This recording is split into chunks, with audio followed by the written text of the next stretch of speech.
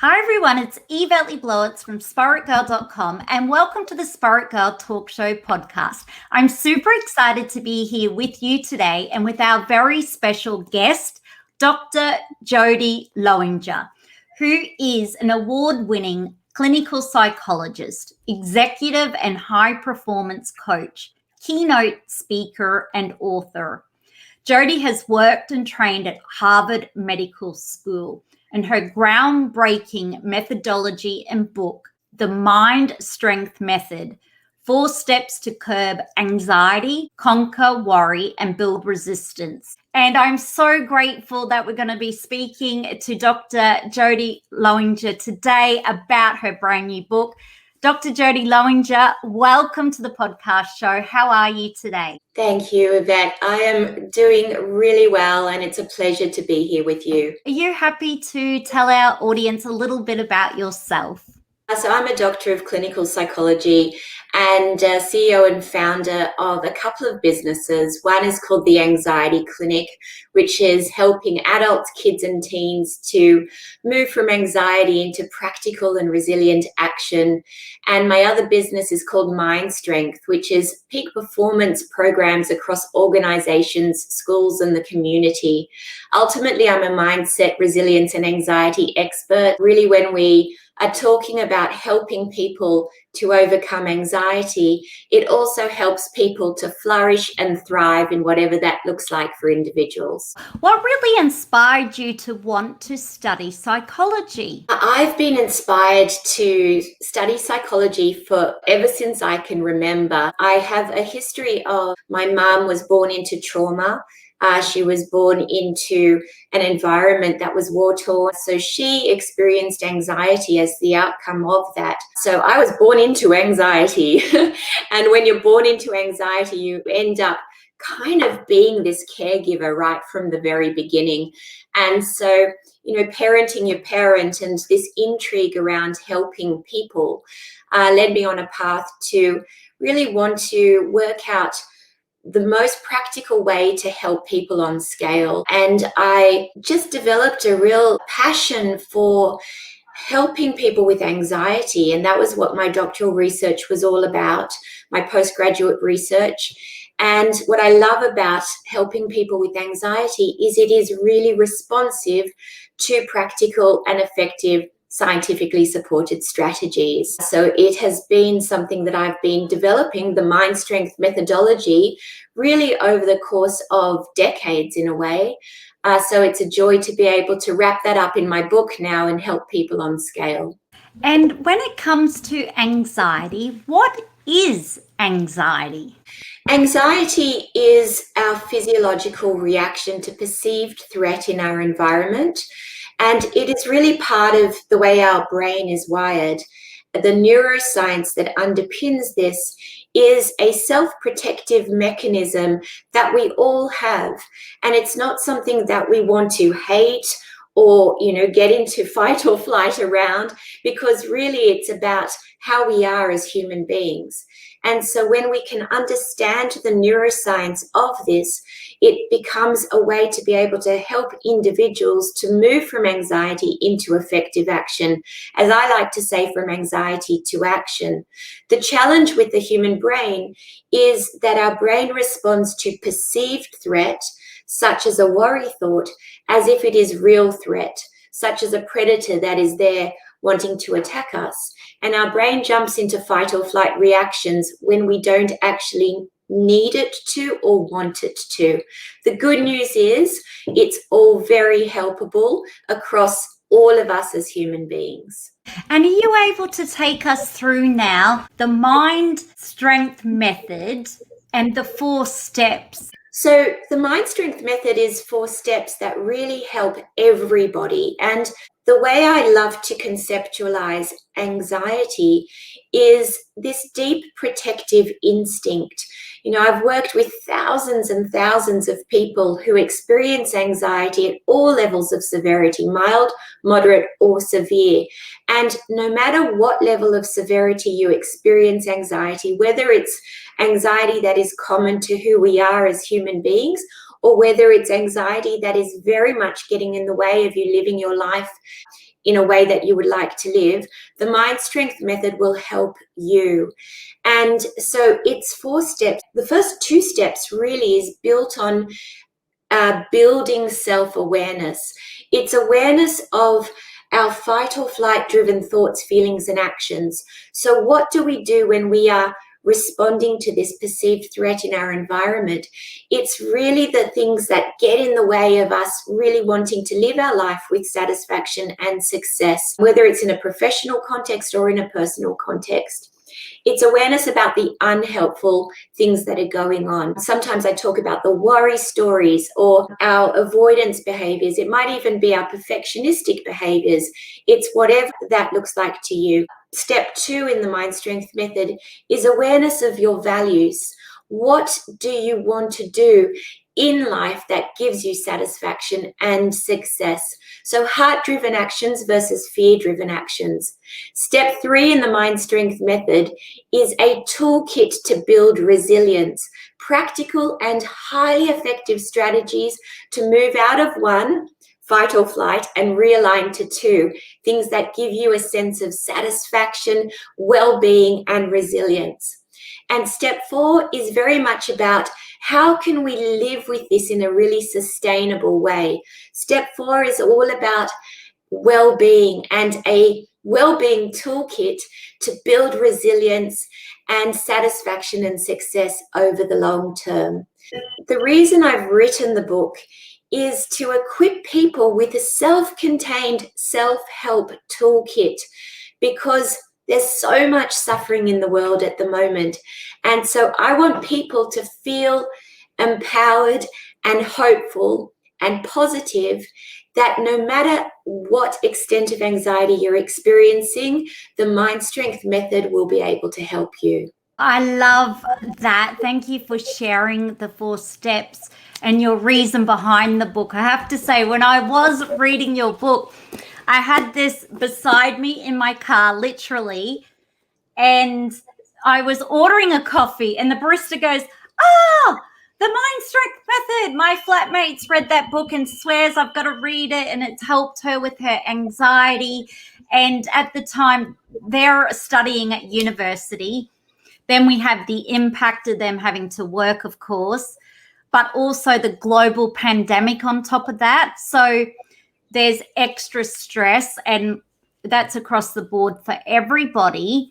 But just to see your book out now, and I loved how in your book you also give us examples of people's stories, and you show how they basically work through their social anxiety or different types of concerns or things that they're having to work through. So much success at the end. Their whole life has totally changed. You talk about a boy in the book with the dog phobia. So was that really important for you to include some real life stories so you could show how people can get on top of their anxiety or work through their anxiety? Very much so. I want this to be a book that connects with everybody. It's my voice in the book. I've written it straight from my heart to be able to share my therapy with the world, to be able to help people on scale. And so that's why I've equipped it with case studies for all ages, and men and women, teenagers and children, in order to make it accessible to everybody. And I'm just so thrilled at the feedback that I'm getting. You know, people are dropping into my DMs on social media, my direct messages. So many people every day. I'm getting these story after story after story. And people are telling me that the Mind Strength method has transformed their life. And it just gives me so very much joy to be able to share it as a gift to the world, because we have got such a crisis now that people are finding it so hard to get access to really good mental health care and effective treatment. And so I want people to know that you do not need to suffer in silence when the practical tools of the Mind Strength method are very doable. And when I talk about anxiety, I like to talk about it being helpable. I take anxiety very much out of a medical frame and say, no matter where you sit, these strategies will be able to help you. And for you to feel empowered and hopeful and proud of who you are, we want to really eradicate stigma and shame to help people to say, no longer any need to suffer in silence when the strategies can help you. I love your book. It's incredible. And you do truly write from your heart and soul, because when I read it, it was like you're speaking to me and you're taking us along a journey. And it's so well written. And congratulations to you and also the Murdoch Books team for making it happen. I know so much work goes into writing the book. How did you find the time to write your book? The energy that comes from your heart, to be honest. I love it. Oh my gosh. I ask myself how I did that too, because it was literally 18-hour days and nonstop, working weekend after weekend after weekend to capture my methodology in a book to be able to help people around the world. It was something that I very much wanted to do well and truly before COVID. So this is a book because even before COVID, anxiety was our most prevalent mental health challenge. Clinical anxiety, that's anxiety to the level that it's causing prolonged fear, suffering, and avoidance in a person's life, was impacting practically 1 in 4 of the population. And so this is the statistics pre-COVID. And really, it is a book that will help, as I mentioned, anybody. It is about building high performance habits that lead to satisfaction and success, regardless of whether you experience clinical anxiety or just stress that's impacting all of us. There's chapters in the book that help to overcome burnout, and really core to the Mind Strength method is embracing a toolkit to boost mood and build well-being. As I said, that chapter 4, but it's also catering to people who are experiencing impostor syndrome, so fear of not being good enough. And in this social media-driven world, there's a lot of fear of not being good enough, all extremely helpable through the tools of the Mind Strength method. At the moment, we've got Sydney in an extended lockdown. If someone's feeling like their mind is just worrying, like there's just so much worry and uncertainty, what would be a couple of things they could do just to help with their mental health and well-being during this time? Yeah, such a powerful question. One of the most important things in this lockdown scenario is very much looking after your physical well-being, because burnout is what people are experiencing, prolonged uncertainty where we are worrying, and what that does is it burns up our positive neurochemicals. And so we have to embrace practical actions, again, from anxiety into action, around looking after your physical well-being in order to bolster your emotional well-being. So getting out into nature, even in the context of lockdown, unless you've been mandated to stay at home, of course, is so very important. Walking around the block is powerful. It tips the brain back into a state of calm, and it nurtures your physical well-being and your emotional well-being. It might be just moving your furniture so you can create space to get that dopamine pumping. So physical well-being, I call it the foundation stones, is movement, it's connecting, it's what we're doing right now, connecting with people you care about, your family, your friends, leveraging digital to do that, but seeing if you can carve out time to breathe the fresh air. Make sure you're eating well, make sure you're staying hydrated. Meditation and mindful moments relaxation, acts of kindness, gratitude. See if you can seek out the silver linings, and really tapping into things that you value are all things that are within your control. But one of the most important things is compassion for yourself and your loved ones, because this is hard. So responding with kindness and compassion helps to take you out of the fight or flight around what is out of your control, and trying to work out practical strategies around what is in your control. That's moving out of worry into problem solving and practical actions around the things that you can do to nurture your mental health and your well-being.